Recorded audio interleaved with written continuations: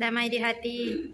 Assalamualaikum warahmatullahi wabarakatuh. Waalaikumsalam warahmatullahi wabarakatuh. Om Swastiastu, Namo Buddhaya, salam kebajikan, salam kebajikan. Salam.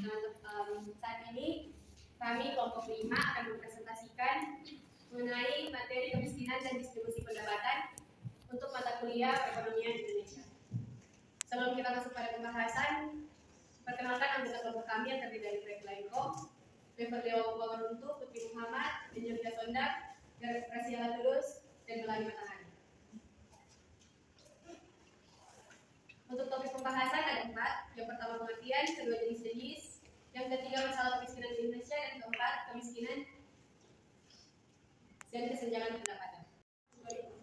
Kemiskinan adalah kondisi sosial ekonomi seseorang atau sekelompok orang yang tidak memilikinya hak-hak dasarnya untuk mempertahankan dan mengembangkan kehidupan yang bermartabat. Kebutuhan dasar yang menjadi hak seseorang atau sekelompok orang meliputi kebutuhan pangan, kesehatan, pendidikan, pekerjaan, perumahan, air bersih, pertahanan, sumber daya alam. Dari seseorang atau sekelompok orang terutama dalam memperoleh keadilan ataupun persamaan hak untuk mendapatkan kehidupan yang layak bagi kemanusiaan. Yang ketiga yaitu perubahan secara struktural. Dimensi keterasingan seperti yang dimaksudkan oleh Chambers adalah faktor lokal dan pendidikan yang diperlukan untuk meningkatkan kualitas hidup. Kedua, kemiskinan relatif.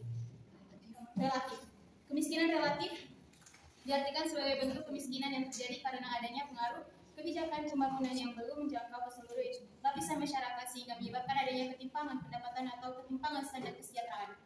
Ketiga, kemiskinan kultural. Kemiskinan tata cara modern. Keempat, kemiskinan struktural. Kemiskinan ini adalah bentuk kemiskinan yang disebabkan karena rendahnya akses terhadap penyebab kemiskinan. Yang pertama yaitu laju pertumbuhan penduduk. Pertumbuhan penduduk di Indonesia terus meningkat di setiap 10 tahun menurut hasil sensus penduduk. Menurut data Badan Pusat Statistik atau BPS tahun 1990, Indonesia memiliki 109 juta lebih penduduk. Kemudian di tenaga kerja ialah penduduk yang berumur di dalam batas usia kerja. Batasan usia kerja berbeda-beda di setiap negara yang satu dengan yang lain. Kemiskinan dan kesenjangan pendapatan. Secara etimologi, kemiskinan berasal dari kata miskin, yang berarti tidak mempunyai harta dan benda atau dengan kata lain serba kekurangan. Sedangkan secara terminologi, kemiskinan menurut Surjono Soekanto ialah kemiskinan suatu kondisi seseorang yang tidak dapat untuk menyusul masyarakat bervariasi tetapi ketimpangan pendapatannya tinggi atau tingkat. Dengan banyaknya pengangguran, berarti banyak masyarakat tidak memiliki penghasilan karena tidak bekerja. Karena tidak bekerja dan tidak memiliki penghasilan, mereka tidak mampu memenuhi kebutuhan pangannya. Secara otomatis, pengangguran telah menurunkan daya saing dan beli masyarakat, sehingga akan memberikan dampak secara langsung terhadap tingkat pendapatan, nutrisi, dan tingkat pengeluaran rata-rata. Yang kedua adalah kekerasan. Jika seseorang tak mampu lagi dalam mencari nafkah dengan benar dan halal, maka mereka berpikir bagaimana untuk mendapatkan uang. Munafik, konflik saraf muncul akibat ketidakpuasan dan kekecewaan atas kondisi miskin yang akut. Hal ini menjadi bukti lain dari kemiskinan yang dialami. Cara menambah lapangan pekerjaan, meningkatkan akses masyarakat miskin terhadap pelayanan dasar, memberikan pelatihan wirausaha kepada masyarakat, dan memberi bantuan kepada masyarakat miskin. Kesenjangan ekonomi adalah terjadinya ketimpangan dalam distribusi pendapatan antara kelompok masyarakat berpenghasilan tinggi dan kelompok masyarakat berpenghasilan rendah. Kesenjangan dapat diatasi dengan cara mengutamakan pendidikan, menciptakan lapangan pekerjaan, dan meminimaliskan kemiskinan, meminimalisir KKN, dan memberantas korupsi dalam upaya peningkatan kesejahteraan, serta meningkatkan sistem keadilan di Indonesia dan melakukan pengawasan ketat terhadap mafia hukum. Akhir kata, kemiskinan paling mengenaskan alam kesendirian dan perasaan tidak dicintai dari Bunda Teresa. Sekian dari kami, terima kasih. Jika ada pertanyaan, dipersilakan dan minta untuk dipaparkan dalam kelas. Terima kasih. Bertanya, apa yang terjadi jika distribusi pendapatan di suatu negara tidak merata, dan bagaimana solusi pendistribusian pendapatan agar dapat mengurangi adanya masalah distribusi pendapatan yang tidak merata? Terima kasih. Komponen ingin bertanya, bagaimana status atau kondisi kesejahteraan masyarakat yang ada di Sulawesi Utara? Saran apa yang dapat diajukan kepada pemerintah untuk meningkatkan kesejahteraan dan menekan tingkat kemiskinan di Sulawesi Utara? Yang kedua, alat ukur apa yang digunakan untuk mengukur ketimpangan distribusi pendapatan? Perkenalkan, saya Nurul Ramana, saya perwakilan dari kelompok 4. Ingin bertanya, menurut data Badan Pusat Statistik bahwa angka kemiskinan hari ini sebesar 9,54%. Jadi Totalnya itu sekitar 26,16 juta masyarakat yang miskin atau tidak mampu, yang kebutuhan dasarnya itu dan mereka berada di bawah garis kemiskinan. Nah, pertanyaan saya, kan pemerintah mempunyai hak untuk mencetak uang. Kenapa pemerintah tidak mencetak uang sebanyak-banyaknya dan diberikan kepada orang miskin? Mungkin bisa diberikan contoh kasus. Teman-teman Ibu, perwakilan dari kelompok 1. Jadi untuk materi kelompok 5 ini menjelaskan masalah kemiskinan di Indonesia. Nah, jadi pertanyaan saya, faktor apa yang bisa mencegah kemiskinan di Indonesia? Faktor apa yang bisa mencegah terjadinya kemiskinan di Indonesia? Solusinya. Bagaimana solusi pendistribusian pendapatan terhadap keluarga dan yang soal distribusi pendapatan dan pendapatan? Yang pertama, pertumbuhan penduduk yang tinggi yang mengakibatkan tingginya ekonominya pendapatan per kapita. Yang kedua, inflasi di mana pendapatan uang bertambah dan tidak secara proporsional dengan pertambahan produksi bara-bara. Yang ketiga, ketidaknyamanan pembangunan antar daerah. Dan yang keempat, investasi yang sangat banyak dalam proyek-proyek pembangunan infrastruktural. Yang kelima, adanya mobilitas sosial. Dan keenam, pelaksanaan kebijakan substitusi impor yang menyebabkan kenaikan harga-harga barang hasil industri untuk melindungi usaha-usaha bermain kapitalis. Yaitu pertama, pendidikan, solusi yang dan saran apa yang dapat ditujukan kepada pemerintah untuk meningkatkan kesejahteraan dan menekan tingkat kemiskinan di Sulawesi Utara. Adapun status atau kondisi kesejahteraan masyarakat yang ada di Sulawesi Utara berdasarkan sebagaimana tercermin dari tingkat pengangguran terbuka pada Agustus 2021 yang sebesar 7,06%, lebih rendah dibandingkan periode yang sama pada tahun sebelumnya sebesar 7,37%. Penurunan angka tingkat pengangguran terbuka terjadi seiring dengan proses perbaikan perekonomian sebagaimana ditujukan oleh kinerja perekonomian yang positif dan meningkatnya kemampuan penyerapan tenaga kerja oleh dunia usaha. Sementara itu, kondisi kesejahteraan di Sulawesi Utara, pertanyaan itu, pemerintah mempunyai hak untuk mencetak uang. Kenapa pemerintah tidak mencetak uang sebanyak mungkin lalu dibagikan kepada orang miskin? Jadi pencetakan uang itu sama dengan kasus itu. Indonesia telah melakukan cetak uang pada periode 1950 sampai 1965. Saat itu Indonesia sedang membutuhkan dana besar untuk berbagai kebutuhan seperti pos prioritas politik yang digunakan untuk operasi keamanan, subsidi BUMN dan swasta. Jadi TP dampak itu terjadi hyperinflasi. Bahkan menilik pada sejarah Indonesia di video tahun 1960, kebijakan mencetak uang dan juga kondisi politik merasa yang tidak stabil bermula pada hyperinflasi atau tingkat inflasi yang berada di atas 100%.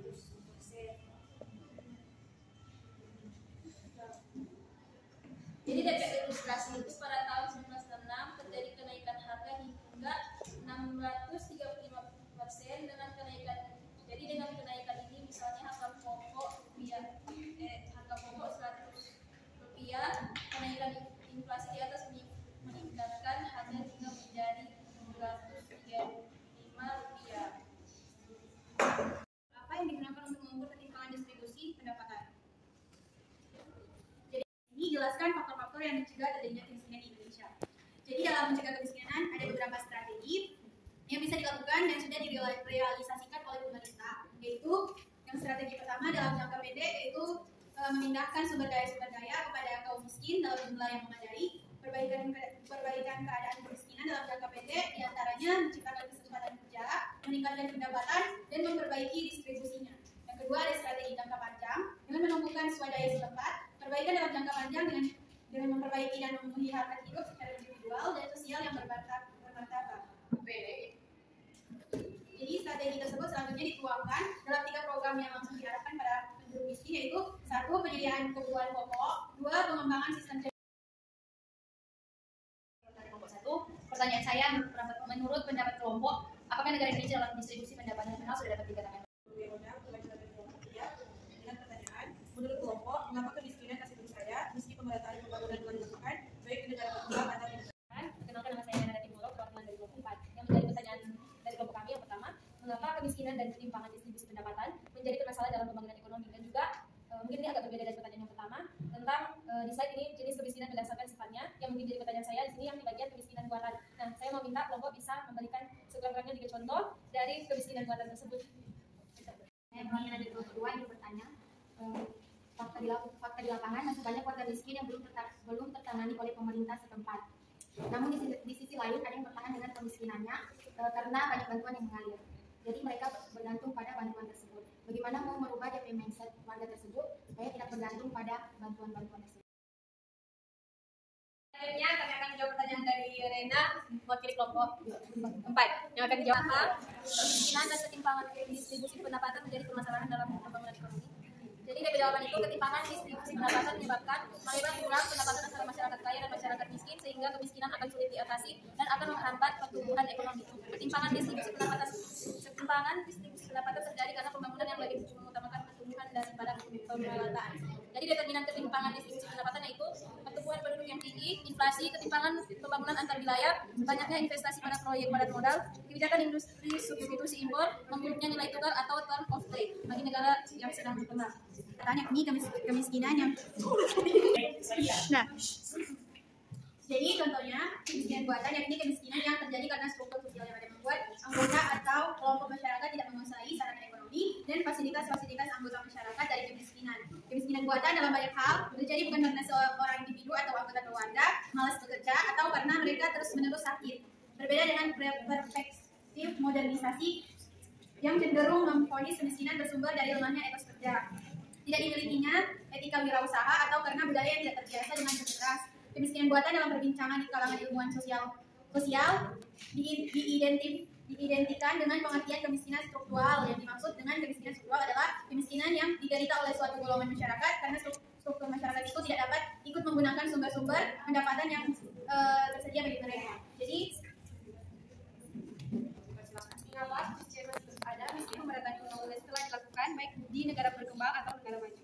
Menurut kelompok kami, karena tidak ada bisa mengatasi akar dari kemiskinan kecuali pribadi itu sendiri. Kunci dari penyelesaian masalah kemiskinan harus dimulai dari pendidikan sejak TK karena pola pikir berkelimpahan ditanamkan dari sejak sangat kecil. Karena itu, anak dan keluarga kaya raya biasanya akan melanjutkan kejayaan orang tuanya. Hal-hal yang esensi justru diabaikan. Fokus mencetak lebih banyak lulusan dengan mental karyawan, apakah dengan menguasai seluruh mata pelajaran, seseorang akan kaya raya? Tidak. Justru pribadi-pribadi yang nakal dan unik kebanyakan akan menjadi kaya raya. Sistem pendidikan menyamaratakan semua rumit. Apakah negara Indonesia dalam distribusi pendapatan nasional sudah dapat dikatakan merata? Distribusi pendapatan nasional dan kemiskinan masalah besar yang dihadapi negara sedang berkembang adalah disparasi atau ketimpangan. Distribusi pendapatan dan tingkat kemiskinan.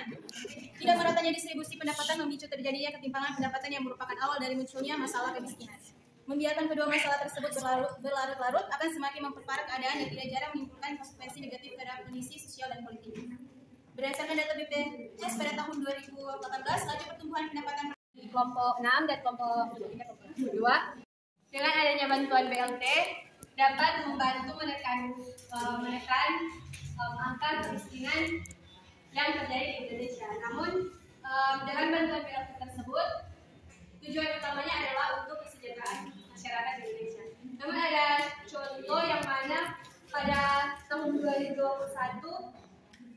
di tengah paparan wabah COVID-19 terjadi penurunan jumlah penduduk miskin pedesaan dan mengindikasikan bahwa berbagai upaya pemerintah melalui kebijakan fiskal dan bantuan BLT tersebut.